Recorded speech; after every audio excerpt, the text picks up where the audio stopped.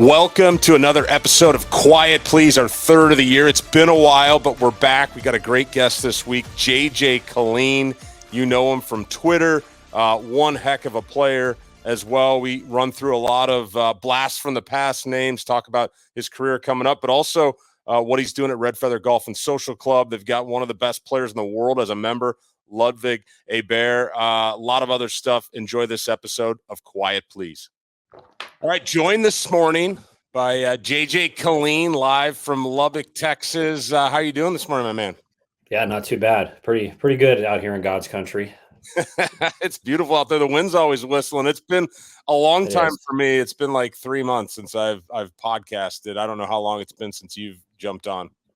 Yeah, it's been a while since we've done it. Petey and I, for the people, I think we're making a comeback. We had a couple things we had to work out, but we're about to get dialed here again soon, I think. Nice. I had seen something about that last week. People were kind of clamoring for it, and I know. I mean, it's super successful, and you guys are a great 1-2 punch. Had a lot of great guests over the years, so I think people will be excited to know that that's coming back. You feel like you're going to fire up a few episodes here soon?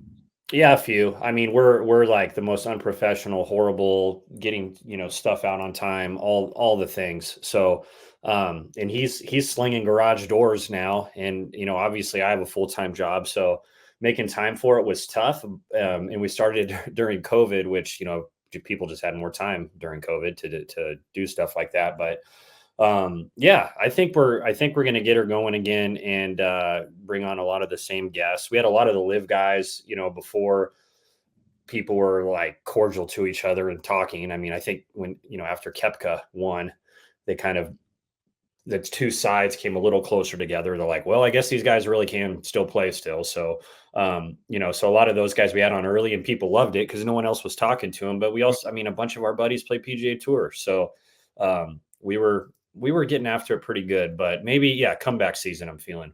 Yeah, you guys, you have a wide reach there, and shout out to Westoplex Garages, shout out to Red Feather Golf and Social Club. Yeah, man.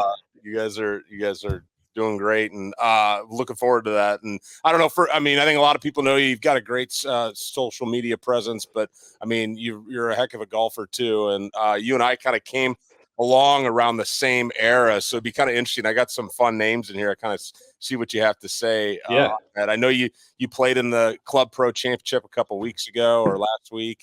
And last year you played in the PGA Championship, which is coming up here soon. So be interested to kind of get your take on this year's edition. Also, maybe some of your experience last year. Yeah, no, for sure. Heck yeah, let's get her going. Yeah. So I'll tell you, I did my research was Wikipedia. Nice. And your Twitter since my last podcast in February.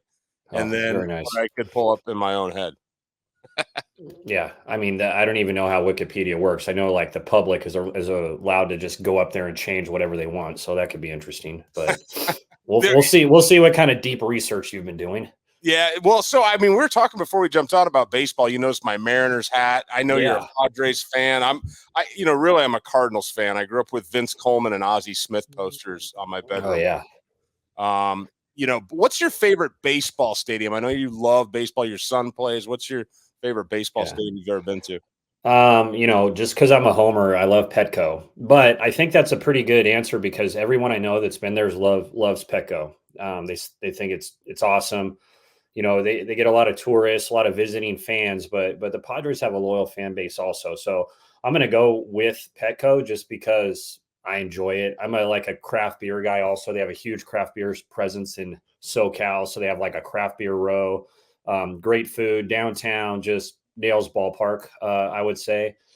The new Rangers, been to that one a few times. I don't know if you've been there, but that thing just opened up a couple years ago. It's nice. It's almost too nice. I like a little bit of the outdoor deal if I'm going to choose my favorites. I understand why you can't do that in Dallas because it's 150 degrees or whatever in the summertime. But yeah, man, I love Petco.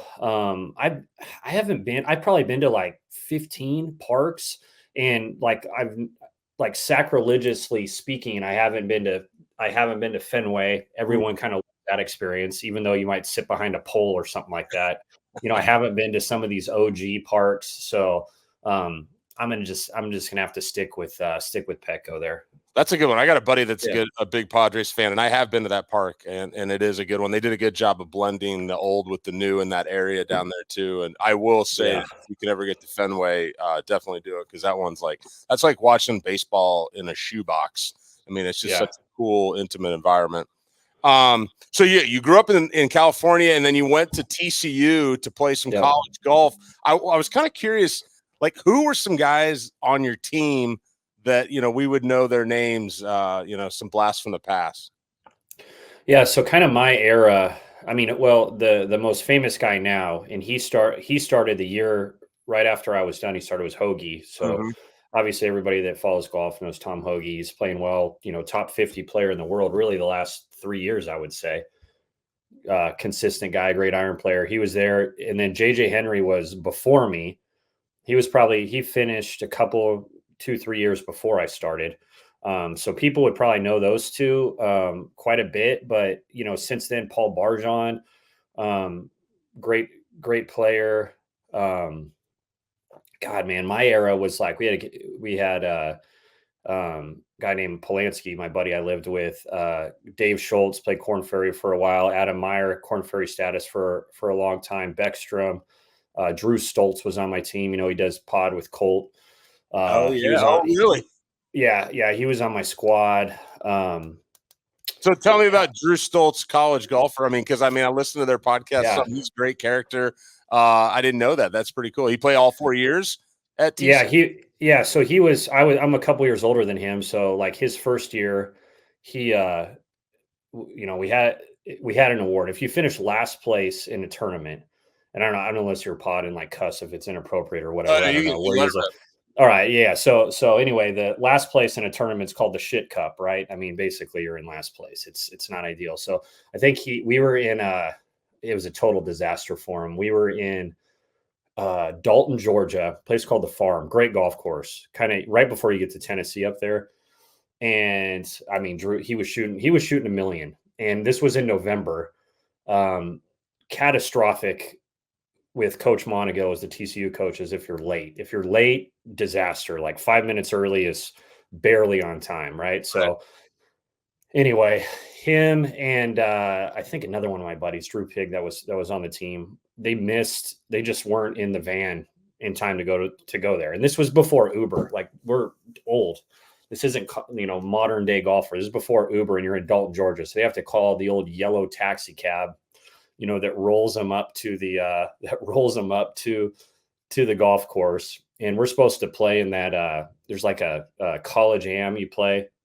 Well, it's a little bit of a drag because you're out there all day, you're practicing, you're doing all the team things. So I think he makes Stoltz playing. He's like, Killeen, you want to play? And someone else were like, hell no, we don't want to play. So I think he makes those guys play in the college am. So they're there from 7 a.m. till whatever. But anyway, Drew, I think he got the shit cup, finished dead last, and he like inflicted punishment upon himself, and he jumped into the pool in either early December, late November, in Dalton, Georgia, I think in his tidy whities, and had to swim around. I'm pretty sure like 97% of that story is accurate. You guys might have to ask him, but that was the first time we took Drew on a golf trip. But ever since then, yeah, he was pretty. I think he was pretty nails after that. From what I can remember, I think at conference he maybe co-medalist, tied for first. I mean, he can play. He's a funny guy too. Funny guy, yeah. No, that's a hilarious story. You got to be on time. I had a couple not on times in my career that I'm not proud of. I mean, there's one, you'll love this one. Like, I caddied one time, my first summer caddying in 2004. So this is like, I think your first year pro was 2005, and I was up in Sault Ste. Marie in the Upper Peninsula of Michigan, caddying the Canadian Tour event for John Turcotte. And me and Turcotte were down on the putting green, had a tee time. You had to take this long cart ride to get up to the top of the hill. And we just missed our shuttle, by 1 minute or whatever. And we had to wait for the thing to wind all the way back down. And by the time we got up there, the guys in our group had teed off. And so he teed off, and we got a 2-stroke penalty and ended up missing the cut a couple days later. But that can happen, man. I've been close. I've been close before. Like, the later I got in my career, like when I played the big tour, I worked with a guy named Chris O'Connell. He's great, like, swing instructor. He worked with Cooch. He kind of resurrected his game the last, 15 years probably. And Kuchel, I mean, that dude, I would always get there like too early, like right after the group teed off. If you can see the tee from wherever you are, boom. Like he would come in not warm because he kind of moves in slow motion, but like 18 seconds before tee time, he's just like ready to roll. So I would like kind of manage it, but at the same time, more it's like the mental stuff at night. You're like, am I at 8:10 or 8:20? You know, because you're teeing off. You got tee times every single week, and the week before you might have been 8:10. The week before you might have been 8:24. Whatever. Your brain is just all over the place. But if you don't show up, yeah, you're DQ'd if you don't tee off, right? For sure. And then if you're late, I forget what the rule is. What do you have? You have 5 minutes for a 2-stroke penalty before you're DQ'd. I can't quite remember it, but it's something like that. I think they make it up. I think they kind of make it up. I think the one that I had heard, one version was like that. As long as you hit before they hit their second shots, you're good to go. But yeah, who knows? I mean, it happens every once in a while. The restart one time gave me some problems coming back the next day. That one could kind of scare you a little bit too. Yeah, the restart could sting you for sure. You know, they'll have also, well, we dealt with one like last week, but whatever. I don't play that much anymore. But yeah, back in the day, it'll be like ball in the air 7:30. So half the people will go out to their hole at 7:30. Yeah. You know, and then you'll be getting anxiety or you're not. You're like, oh, I don't have to be out there. Well, some guy's still hitting balls on the range because he's second to group to tee off on the first hole. And, you know, you just don't know that he hasn't even teed off yet. Yeah, there can be a total disaster with all those sort of situations. And then I've never even known, like, does your ball have to be on the ground at 7:30? Like, what if I put my ball on the ground at like 7:32? Or is it a penalty? Like, golf has the dumbest rules. I know they're trying to like simplify things, but if you just look at comments on Twitter or Instagram when the PGA Tour posts a video, I think Hayden Springer, another guy graduated from TCU, I think he made like a pretty cool par last week. I think he hit like a duck hook in a lake, had to take a drop, hit it right, and chipped in for par, something like that.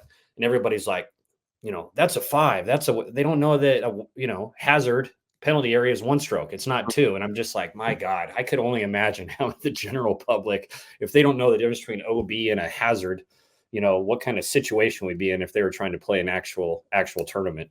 Right. And then you can quiz the rules officials. That's always a fun game. I remember watching Jesse Birch one time bring one of the Corn Ferry rules officials around, and he plucked a bunch of grass from the rough near the tee box and like built and constructed his own flyer lie and asked if he could construct a flyer lie out of grass on the tee box and then hit it, and if that was okay. Yeah, Mark Brooks, I have a couple, like Mark Brooks, he's super knowledgeable. Won the PGA Championship out in Valhalla, where it's going. Oh yeah. Lost in a playoff in the US Open to Retief Goosen at Southern Hills. Whatever. He's won he was right before the Tiger era where they really started kind of making bank, but he's won multiple times, played Champions Tour anyway. He's announcing now, but he's like the rules guru. He was talking to me. There's like 5 instances where you can hit a moving ball. You know, that type of deal too. And I don't know if anyone would try it, but yeah, your caddy can literally roll it to you on the tee and you can hit it while it's rolling. Like that's not even a penalty. I think you can hit it in a hazard or a creek. I know penalty area, whatever the hell it's called. If it's moving in a creek, I think you can crack at it on the green. People probably hit a moving ball on the green once a year. They don't know just because it's windy. Yeah. Oh, that's true. Yeah. And then Phil did the one at the US Open however many years ago at Shinnecock. Yeah, he's straight. Yeah, that's a penalty though. This is like a no penalty situation. I think he stopped it because he was over it, right? I mean, he was about to make a dub or trip and he was just nailing it in. But yeah, there was a few instances, but the rules officials, I've always had a good relationship. I haven't pissed any of them off. And I Monday, when Petey and I were doing the pod, I Monday for San Antonio and he caddied for me. One of those deals, whatever. If one of us makes it, other guy caddies, blah, blah, blah. Yeah. So, and we couldn't have more opposite games. Like, I can hit it sort of far still, but I'm wild. He's, hits it straight down the middle, not super long, but hits irons, really, really close. I'm usually a great short game guy. He hates even pretending to practice putt ever. Mm-hmm. So, I mean, total polar opposite, but I hit one into a cactus on our first hole. And you've been TBC San Antonio, right? Yes, I mean, there a couple of weeks ago.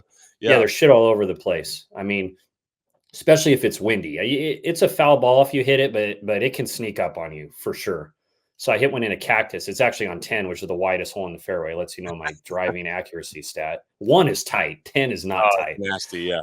And I hit in a cactus, but like I'm standing on a freaking anthill. So it's a total questionable deal. It's one of those deals where there's a 0% chance I'd ever give it a go out of the cactus. And, you know, Petey's like, widen your stance, man. He's like, look, there are freaking ants here, but it's just one of those. It's probably by the letter of the law. I probably could have gotten a drop. I endangered for my life or whatever the hell that thing's called, that drop situation. But first rules official comes over. He's like, yeah, right. You know, kick rocks, whatever. And Petey's like, that rules official sucks anyway. Like he goes, I know him. He goes, call for another guy. We need a second opinion on this. I'm like, my God, I've never called for a second opinion in my life in a cactus, standing potentially on an ant bed that's up for, you know, interpretation here. And even the second guy, he was kind of thinking about it. Petey's like, yeah, this guy's good. This guy will probably give us a go. But he was like, no, I never even knew you can. I mean, I played forever. I think maybe once in the previous 15 years that I played Korn Ferry or PGA Tour, I even considered or even knew you could call for a second. I'm just like, these guys are pretty well educated. That's the way it goes. But he would have gone through 15 rules officials, and I'd only hit one shot in the whole tournament. So yeah. Anyway, absolute magic show. The one that I was laughing about the other night when I was scrolling through your Twitter, and I was laughing at the same thing, was at the Masters a couple weeks ago when Scheffler's longing on number 2 on the final round, and he thinks his ball moves, and some like 10-year-old kid next to him was like, no, it didn't move. And everybody just took that as like, that's how it was.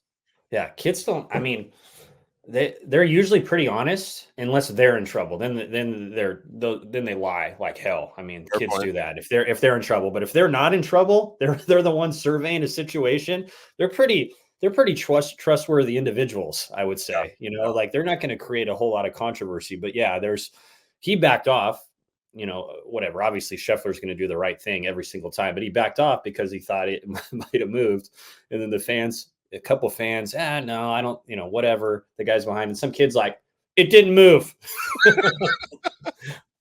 Good enough for me. Let's go win the Masters. Exactly, and he did.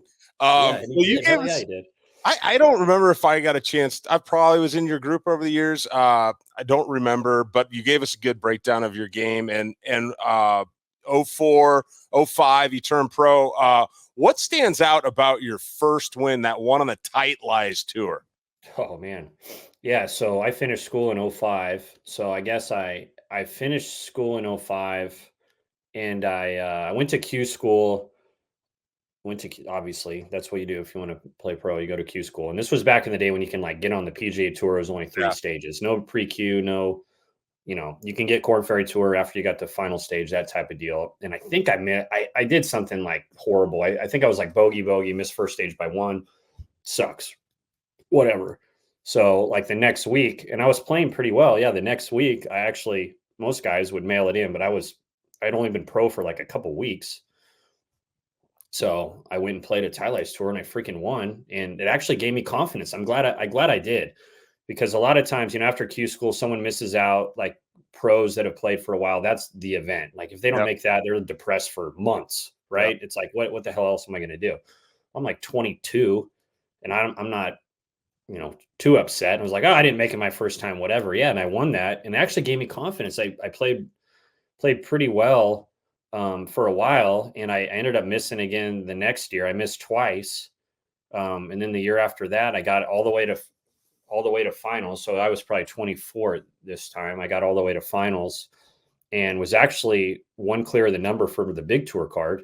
And the finals was 6 days. It was a grind. We were playing Orange County National. Oh yeah. It was windy, and I think I shot 2 over, and it missed by 2 the last day, but I got full Korn Ferry and finished top 50 or 60, 3 years in a row there. And then the fourth year, I ended up finishing first on Korn Ferry. So the route was not too atypical. Like I got through to Q school on my third. The best guys I for sure get through immediately, I would say. But yeah, man, the Tight Lies Tour that second week, it gave me a lot of confidence because they're they're pros. Yeah. It's crazy how many guys in pro golf. I went to TCU. We were pretty good. college squad, and there's guys that have gone to schools that for sure you've never heard of, and you're like, shit, pro golf is hard, even on the PGA Tour. I mean, a lot of the guys played at schools that you never heard of, Yep. but it's an individual sport at the end of the day. Like mentally, you're like, oh man, I went to Oklahoma State. Like I'm going to beat all these guys. You're like, well, are you? Like, let's find out. Yep. I love that. That's a great point there. I mean, I caddy for a lot of guys in different obscure schools, although good golf schools, but Seamus Power more recently comes to mind, East Tennessee State. And you're like, Yeah, I haven't seen this guy around, and then good player. And it's like, there's tons of good players that come from just no name schools. So that's right. And winning, it just breeds more winning. I saw, had a loss to Aaron Price in Livermore, which, I mean, that's an incredible name drop right there, that you're in a playoff with Aaron Price. And then in 2011, two-time winner on the Korn Ferry Tour, Player of the Year. You actually won. I'm here in Omaha. You won Omaha, Nebraska, the Cox Classic in 2011. What a tournament win. Was that it? Was that a Champions Run? Yeah, Champions Run. And I had played well. I played well there. Trying to think. So the year before I withdrew. I finished fourth there one year, which that was always a bigger purse too. Now I know they're all $1 million, I think, on Korn Ferry Tour, but this was like in probably like 2009. I finished fourth there, and it was that was a $750K purse. That was like our biggest of the year. We might have had $1 million one, but that was a big one. So I liked the course. I always played well there. The next year I withdrew after the first round because we had our first kid. And then the next year, easy decision. I mean, I would go home for my kid, but I think I shot $1 million first round anyway. But no, I'm just kidding. So no, we had our kid the next day. And then, and then I won the week before in Utah. So I was playing well. I think I only missed one cut, that was usually toward the middle of the year, kind of middle of summer. But yeah, I played awesome there, and you had to shoot low. Yeah. You know how it is in the summer, like on Korn Ferry Tour, like all the cuts are 6, 7 under. So I think I won twice in a row, and I think I was 22 under both tournaments. So you had to bring it a little bit, but that was a big one because I had a 4-shot lead, I think. And I believe I shot 2 under, 1 or 2 under the last day. So guys were all going low, and I had a 90-foot putt. I just hit a trash iron that landed in the middle of the slope, spun to the bottom, like pin was back left. And I had like a 90-foot putt and hit it to like 4 or 5 feet and made it. Avoided like a 5 or 6 man playoff. So, oh wow, yeah, that's pretty good. That's a sick win. And the list of champions in Omaha is great. And the two wins in a row, Player of the Year that year. But the runners up that week, you just mentioned it though. So I don't know if you can name them all, but Jonas Blixt, yeah, Gary Christian, who's really good at calling golf now, yeah, Ken Duke, one of the great showmen in the game, and Danny fucking Lee. Danny Lee. Danny Lee and I were boys. I like hanging out. I hung out with the Korean guys a lot, and I don't know why. We just always had a good time because they go to these like epic freaking meals. Yes. So, and Danny and I became buddies. And his caddy named Jason, he was really cool. He actually did a putting green at my old house, like in Fort Worth where he was based. So I became buddies with his caddy, and Danny could play. He was like a can't miss. I think, he won the USAM, didn't go to college. I think it may be 18. He won the USAM, didn't go to college. Shit, he might have only been 19 years old at that time. I have no idea, but yeah, he could play for sure. But yeah, he was in the last group with me. I can't remember the exact who else was, but yeah, Gary Christian, man, he was tough on Korn Ferry. He hit this butter cut, and he knew all the courses. He had played out there for a minute, but he got his PGA Tour card when he was 40, I remember, and he called himself the 40-year-old virgin because he got his first PGA Tour start, first PGA Tour win, and everything was like a 15 to 20 yard, pretty substantial cut. But god dang, that guy was steady, man. You didn't want to. He could play. He's a great commentator now on Golf Channel. With that boy could play too. That's great. Do you remember who was caddying for you that little two week back-to-back wins? Well, my dad caddied for me when I won in Utah, and then the guy had the longest caddy for me the next week, the Judge. You remember the Judge? Man, I remember that. I can't place his face though, but I remember the name. He's a smart guy. He actually went to Duke. He went to Duke, and he caddied right when he finished college, and he was supposed to start an internship. So he caddied in like 85 right Yep. out of college. And then he said, it's been the longest summer of my life. I'm still caddying out here or whatever. So, I mean, he never went back, but they call him the judge because he was a magistrate, like in night court. He was the night court judge, the real guy, man. You go in and you're boozing too much on the street, throwing up, like you saw the judge. Love But that. he's an awesome, really, really good caddy. He's caddied for people obviously better than me. I think maybe Bobby Burns, they won the Disney one year. Okay. So he was a vet though. I mean, he started caddying in the 80s, but he was super, super relaxed. I liked him. We had a good relationship out there. That's cool. And then when you played a couple weeks ago, you had your wife on the bag. Yeah, she's good. She just yells at me the whole time, but it's fine.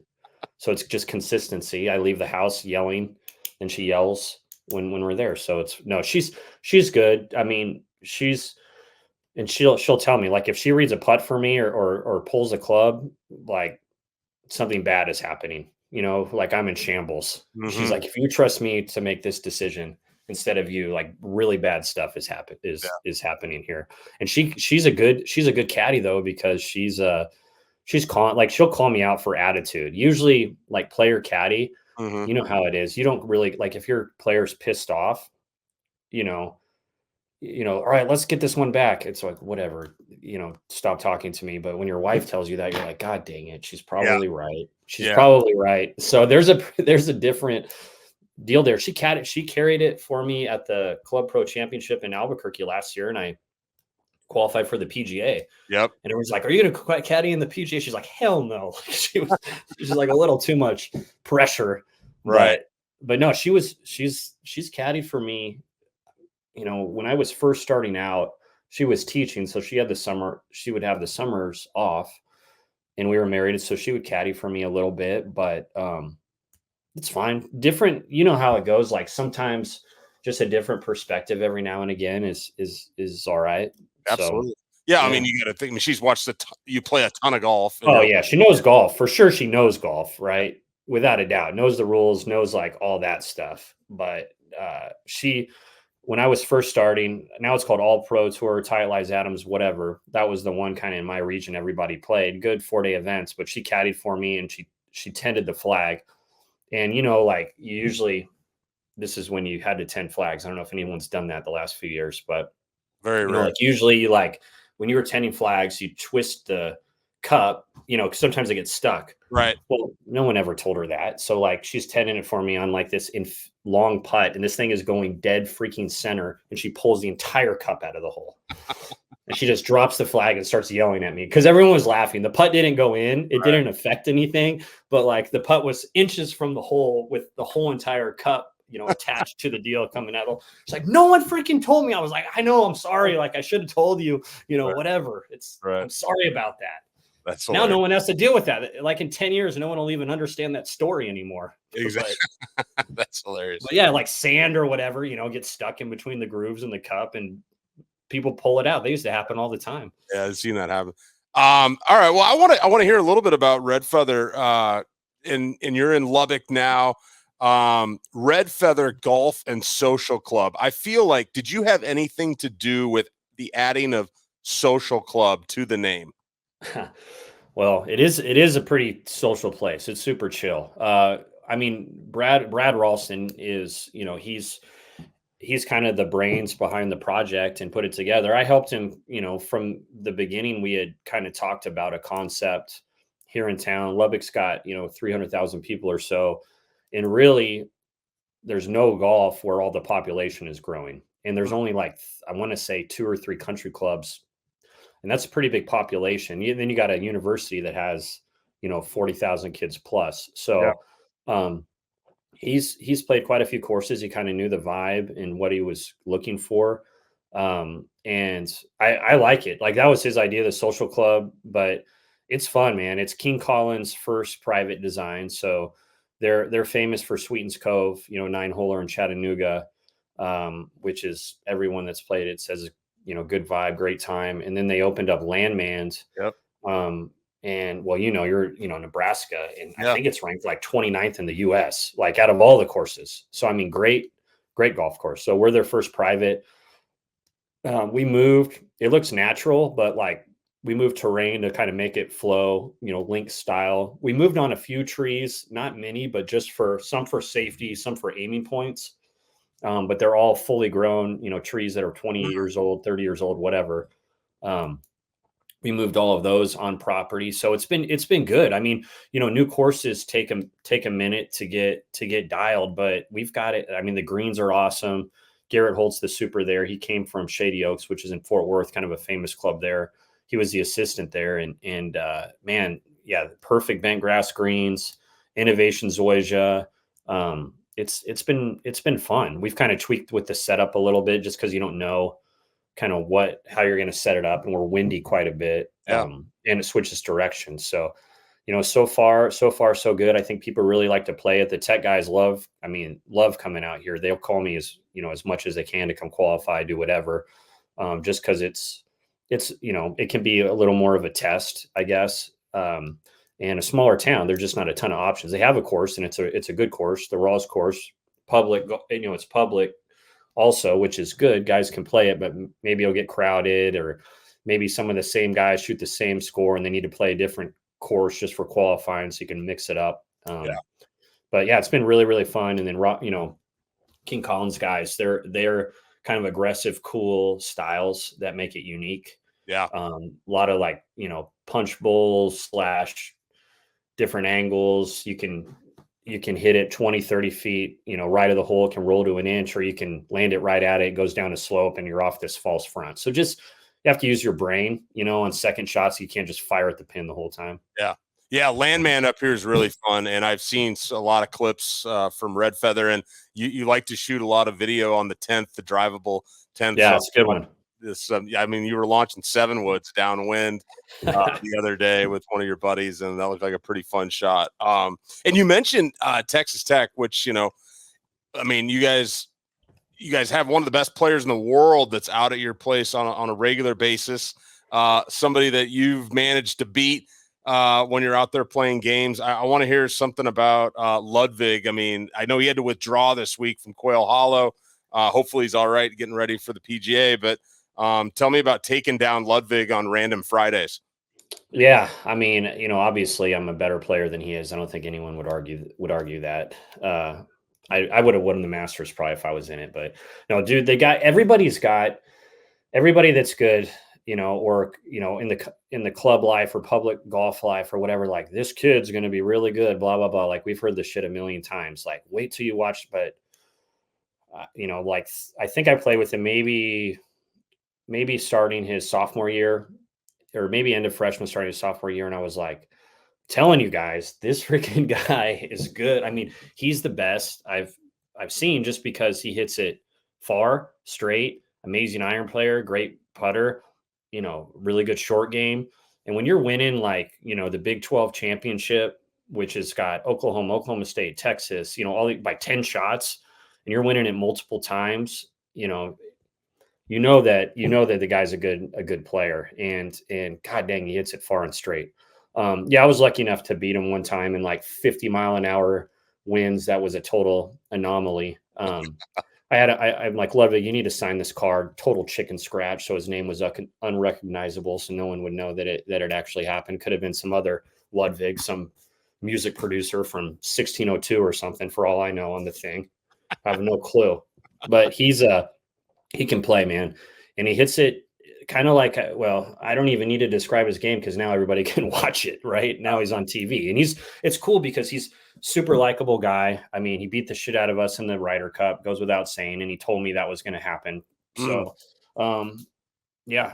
I mean, I wish he was an American. I don't know what you want me to say, other than I wish he was on our Ryder Cup team the next 20 years. That's crazy. So he called that just a couple weeks before. He said, we're gonna absolutely kick your guys' ass. No, he didn't really call that, as much as I said, take it easy on the Americans. And he goes, there will be no taking it easy. Like, you will find out what I'm about. And I don't know was it him and Victor that beat Hovland? I don't even think they made the turn. I think they closed him out. I think it was Scheffler. I think they closed him out before they even made the turn. Yeah, it was a beat. So it was it was tough, but great kid. I mean, I don't think anybody would say anything other than he's an awesome guy. He's like a good ambassador for Texas Tech, obviously, just because, people don't recognize Lubbock as this huge golf town, maybe, Mm-hmm. but Coach Sands, who's a great coach, he's got.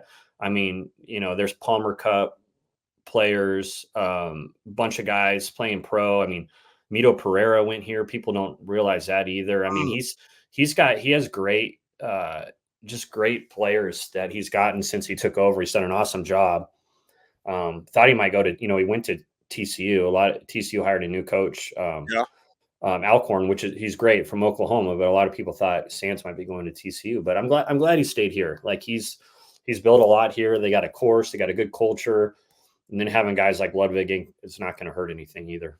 Well, I want to preview the PGA that Ludwig's going to be playing in next week. Before we get to that, I just want to get your take just briefly. Like, you teed it up at the Club Pro last week. You played in the PGA last year. You've won your section, and so you're in the Byron Nelson stuff. So you're still playing. You have this kind of you're competitive. You're a good player. Like Ryan Vermeer locally here in Omaha comes to mind a little bit. But like, just talk to me about this moving on from pro golf, because like for me, I mean, I caddied for 20 years, and like now I've kind of got a regular job, and it's like killing me in some respects. But just like talk about this whole idea of like moving into this next phase and how you've handled it and stuff. Yeah, I mean, when you're getting paid to do something else, it's easier to not have to focus. I'm in the golf industry, which is cool, but like I don't care about my own game that much. I know that sounds bad, but I just don't. So, and maybe that provides like some relief. The pressure's not there. But then what happens is I'll get to a big tournament and I'll be like, I'll hit a gazillion balls, I'll do whatever, because you don't want to embarrass yourself either. So there's a ton of, I never realized how many good club pros there are, and a lot of them played pro. I think Andy, Svoboda, I always say his last name wrong, but Svoboda, yeah. Andy, great guy. He's at Butler National, and like as soon as I saw he was playing in that deal last week, I'm like, shit, this guy's gonna, make a run. I don't know what he finished like second, but he played Korn Ferry and PGA Tour forever, and god dang, he hits it. He's a great ball striker. Mm-hmm. But there's a lot of club pros, man, that can play, and then a lot way younger than me that were probably decent in college and maybe fizzled at Q school 2 or 3 times, but just still wanted to play in golf. I wouldn't know any of these kids because I'm 42 now. They're probably 26 or 7. I wouldn't, right? Like if I was playing college golf, I would, but they're good. A lot of these kids are good, younger. So there's a lot of good club pro guys. And I don't know. I mean, I hope that I play well enough to get in like one big event a year. It's tough to prepare for it. I still, as much golf as I played, I still don't know the best way to do it. The PGA Championship at Oak Hill was, I've played some good events and like tough courses, and that was the hardest. That was the hardest I've seen. They cut the rough down on Wednesday, pretty good amount, and I think the cut was still 6 over. So I mean, and the PGA's probably got the best field. I don't know if anyone would argue that because it's straight off world ranking. Yeah, and there's obviously club pros that can play in it. Someone might be like, oh, there's club pros. It's not as good, but it's a full field. Not all the majors are. So it's a full field. And then I think if you're top 100 in the world, you're in the event. Yeah. So, and then they just start filling, like you saw, they filled it with live guys. Well, then they're just going to start filling it with the best players who they think are the best in the world after that. So we're talking the best guys. No one's missing out. Like, the Masters, it sounds dumb saying it's the easiest one to win. It's the smallest field. It's still got the best guys there. Yeah. But there's a good chance. I think maybe you got to be top 50 to get in the Masters, something like that. So it's a lot, the field is smaller, not as many guys to beat. Right. That's why you see obscure winners potentially in the PGA, US Open or British Open, just because the field's bigger and they have qualifiers. Right. Yeah. So Taylor Gooch got an invite, like yesterday. I saw some clamoring online for a grouping of Gooch and Michael Block. I don't know if that's going to happen. Michael Block. I thought, didn't he finish 14th? I can't remember what was the auto. I think the Masters, if you're 12th or 14th, you're in. He might have auto. I think he might have been in. Yeah, he autoed back in. So I think he did that on his own. Yeah. No, it's possible. Um, That's what I'm saying. Like they could yeah, those two in the first couple rounds. yeah. I mean, he's a good guy. Obviously, can play. Played great last year. Uh, it's that Oak Hill is tough, man. I don't know if you've been up there. They haven't had anything up there in a long time before that, but they redid it, and god dang, that place is too hard for me. Yeah, I got to play it one time when we were at Corn Ferry back in the day at Irondequoit, Yeah, sure. Yeah, sharing for the sure. fence line there, and so I got a chance to be out there. But I mean, I haven't been there in years. I know they redid it, and it's a big boy golf course. I mean, and going to a big boy golf course in Valhalla there. Yeah. Brooks is defending, maybe just back to back to back. Scotty Scheffler's playing awesome. Rory, got to throw his name in the mix. Bryson starting to make some noise again. Any thoughts for you on any of those guys or going into that tournament next week? Do you like to prognosticate? I don't know. I mean, it's it's kind of like it seems dumb to not even put Scheffler at the top of the list, or disrespectful a little bit at this point. I don't know if they've had a kid yet or whatever. I don't know if this kid's Oh, going to be a second grader when he's born. I have no idea what's going on, but this is taking a second.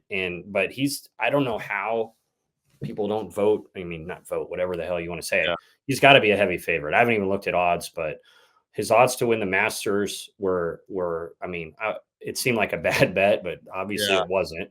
yep, Rory is nails. I mean, a lot of these betting things, like when I look at them now, I just like, it's Ludwig, whoever, the top 10 stuff is, I like looking at that a little bit more. And then you can find mhm, guys, maybe they could sneak in that. It's tough to win unless her name's Scotty Scheffler, at this point.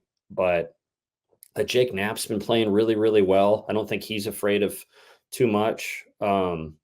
Just kind of like a dark horse, top 10 guy potentially. I know he didn't play great a couple yep, days ago in the last round, but I mean, he's won and he's been there pretty steady, and he just bombs it. I mean, he freaking just rails it, 190 ball speed plus.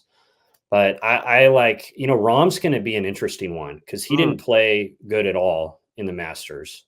And I know some guys were complaining about the wave or whatever because it got a little crispy one of the afternoons, I think, with the wind.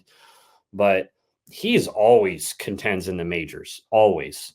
So since has gone to live, we haven't seen him that much, crossover on the PGA Tour. So he might be fired up and kind of pissed off and ready to go. And then Kepka won last week, and I mean, not many people know it, but that guy in the majors is, I don't know what it is, but he just turns it on, man.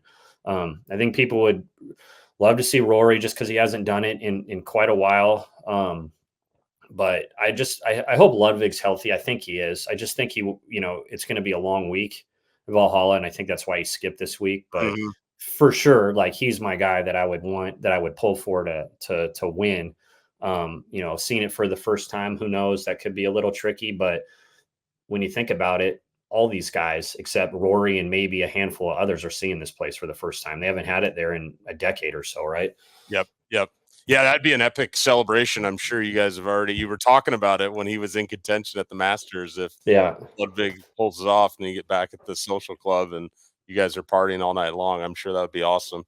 All right. Well, so I wanted to talk about one other thing, and then we get some quick stuff and get you out of here. But like simulator golf, like in our boy BG up here, he's got Golf Swing Yeah. 365, and just kind of like where the modern thing is right now. Like, you're very active on social media. You did all this stuff in your backyard, like you give lessons everywhere. You're hitting simulator golf, like just kind of where the modern game is right now, and like where it's maybe going, and how excited you are for things going forward. Yeah. No, I think it's cool. And the tech's gotten better. Like, nothing is worse than if you play sim golf and you know that the shot is just not what you hit, especially a good player, right? Just Yeah. like, so I think all that stuff has become pretty nails as far as accuracy, I mean, it doesn't matter if you're using GC quad, or, you're using swing, full swing, or you're using TrackMan, obviously kind of the used to be the standard forever and ever out there. But I think it's awesome. And I think the live component is cool too, where you can compete against guys all over the place. I think that's kind of changed the game. So it's gone from, yeah, I'm just going to play a virtual round by myself, this is so cool, to, hey, we got an event that's 72 hours long. play around. Everybody puts in $100 or whatever. I think TrackMan's done a good job with this. And they have like $100,000 purses, first place like 17K.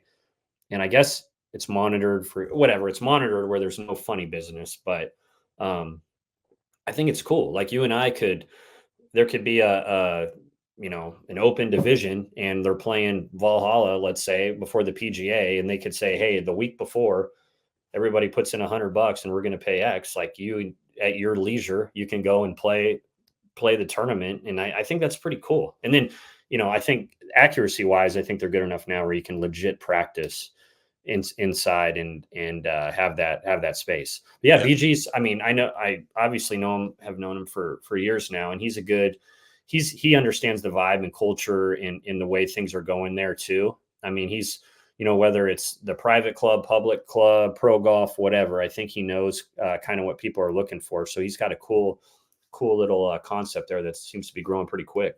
Yeah, no, it is doing really well. And you're right on the competition. They're like taking the Golden Tee thing and then like merging it into actual sim golf. And then you've got the Arena Golf League that's kicking off next year, which would be cool with all these big name guys in it and stuff. So yeah, a lot to be excited about. All right, let's close it out here just with a few fast ones. Like, who's your favorite golf commentator of all time? Like, who's on your Mount Rushmore? Who's your top?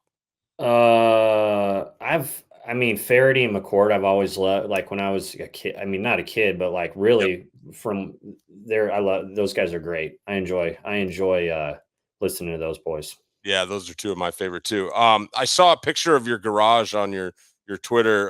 What's your favorite set of irons of all time? God. The Callaway TCBs I love. I played those for just great model. That was last year. And then before that, the TaylorMade MC11s were good. I played those for a couple years on tour. Those are the ones Daniel Berger still plays. Oh yeah. So that'll let you know. An 11, like not model 11, like 2011. So these things are old. And the fact he still plays them. I've never been, I've been lucky enough to have like sponsorships. So I've never hit the super, Mura or anything like hand forged that some people swear, oh, the sweet spot, whatever. I just haven't ever hit those. And I've never been like a muscle back guy. I've always kind of been just one step more forgiving than a muscle back.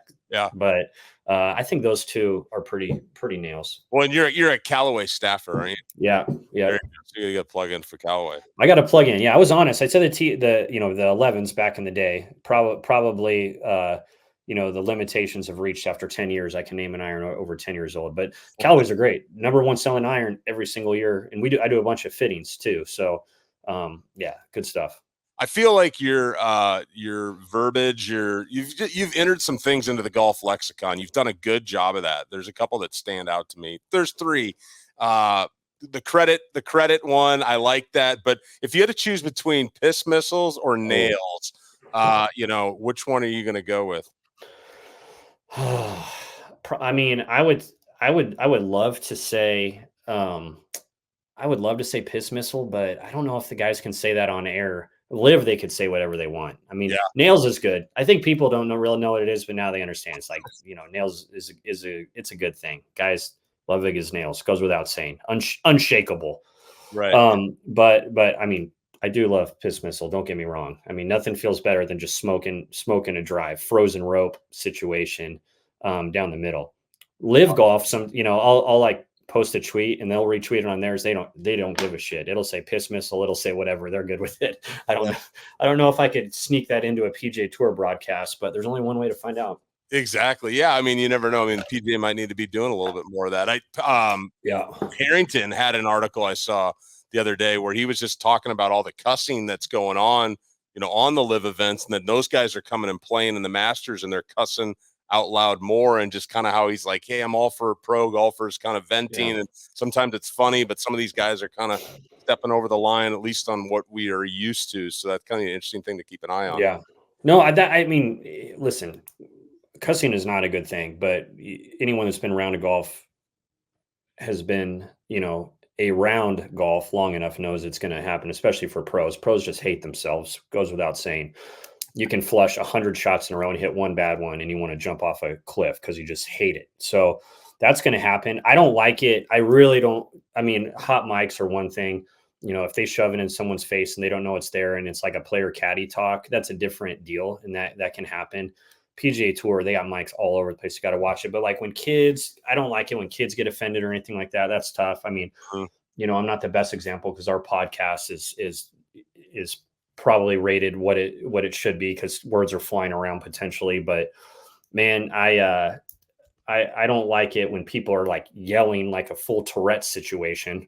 That's just, that guy's just being an asshole for sure. Yeah. Right. But if someone's talking to their caddy and it's like, what a shitty shot, like back and his caddy's like, yeah, it was pretty terrible. But then there's a mic. That's just, come on, what can you do? Yeah. Who's the best putter that you've ever seen? So I'll date myself a little bit. Like the North-South in like 2002, there was a blonde-headed kid from Vanderbilt I played with that had the stabbiest stroke and was hitting foul balls, and I think shot 200. My dad's like, this guy makes every goddamn putt I've ever seen in my life. I'm like, yeah, no shit. I've never heard of this guy, Brant Snedeker. So yeah.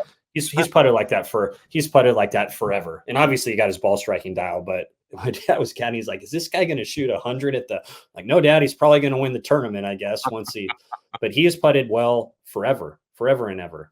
Yep. Who comes to mind, like modern guys or guys I've played with a lot or that I've seen? Kiz, I like Kiz. He's just so rock solid. Brendan Todd always looks good over a putter.